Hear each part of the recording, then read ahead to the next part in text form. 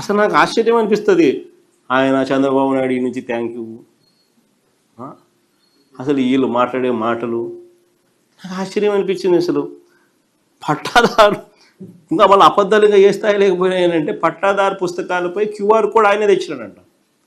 అది ఇంకొక అబద్ధాలు.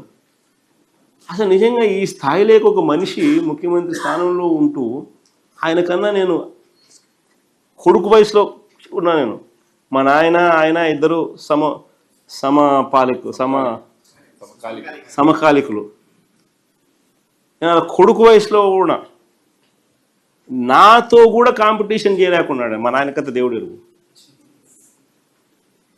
నేను చేసిన దానికి కూడా క్రెడిట్ కూడా ఆయనే తీసుకోవాలని అనేది పాకులాడుతూ ఉంటే ఈ మనిషి ఏమనుకోవాలి? ఈ మనిషి అసలు రీసర్వేలో ఏపీ ప్లాటినం గ్రేడింగ్ను సాధించింది అని కేంద్ర ప్రభుత్వం డిసెంబర్ 20, 2023లో పార్లమెంట్లో అడిగిన ప్రశ్నకు సమాధానంగా వాళ్ళు పొందుపరిచిన రిప్లై.